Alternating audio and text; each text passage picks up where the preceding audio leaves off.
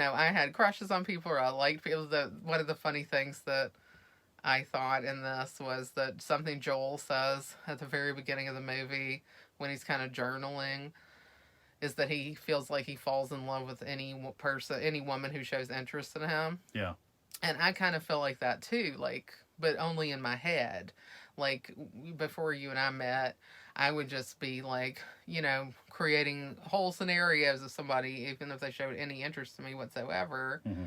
But I also really did not want to get actually real life involved with somebody unless I really felt like it was going to happen and go somewhere that was permanent. Yeah. Because I'm just the kind of person that knows that I'm not going to be able to push past something like that if it goes bad.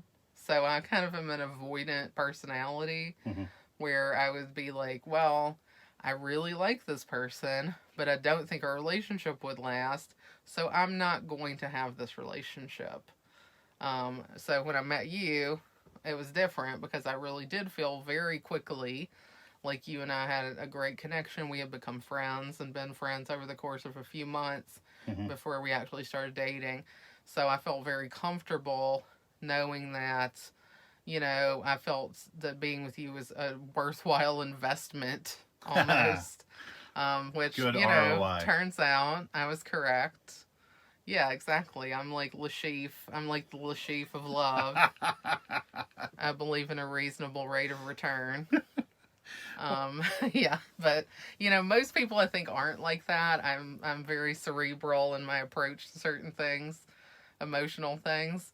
It's not that I don't feel. I do feel quite deeply, but I also am sort of avoidant and protective of myself. So Right. I tend to not let myself get into a situation where I'd be too vulnerable.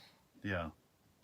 Yeah, well, I mean, for me, I really have a lot in common with Clementine. We both love orange. We're both, You love an orange oversensitive. hoodie, orange sweatshirt. Yes, orange anything. I've never dyed my hair. I never really got into that, but she has some very cool hair dyeing things happening in this. I love all the colors. She's a fun personality that's very impulsive, which I can definitely relate to. And also someone that wants to be liked. You want that acceptance. And I'm definitely that person. Yeah.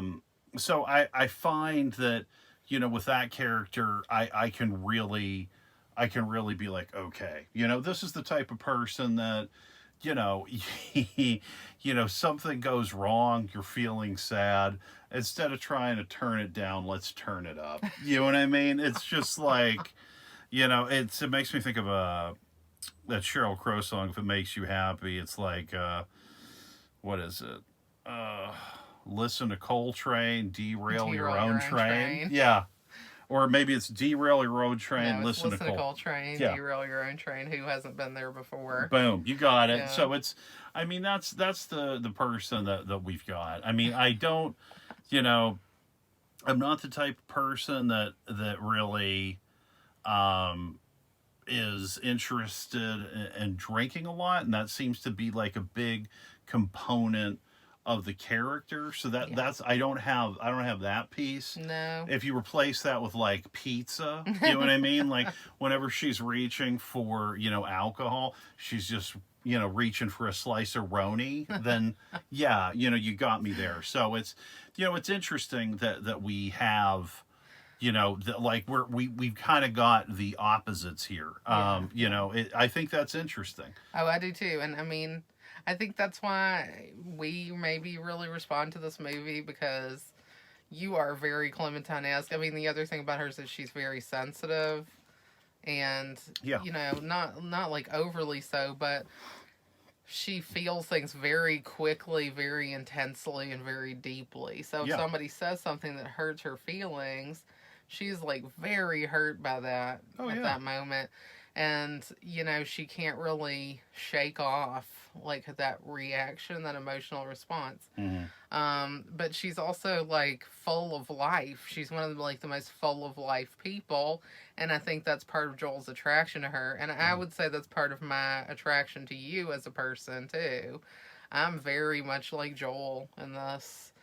I think I've changed since I've been with you, where I'm not quite as closed off as Joel, because I feel like he's pretty closed off. Yeah. Um, but there's a lot of my life that's happening in my head and not out in the open. I don't think I'm as dreamy as him because I do think I'm a much more in the world. But I think that's probably the difference between an INFP and an INFJ. He's an INF. I think I would consider him like INFP with like this kind of dreamy, artistic type of person. He's always drawing in his journal, writing in his journal. Yeah. I'm an INFJ, so I have like a lot of that intuitive feeling, inner life kind of thing going on inside my head. But I'm also quite grounded in reality to the extent that I have, a regular day job and I have a lot of responsibilities and things like that. So I can function in the real world in a way that I think Joel has a little bit more trouble with. Yeah.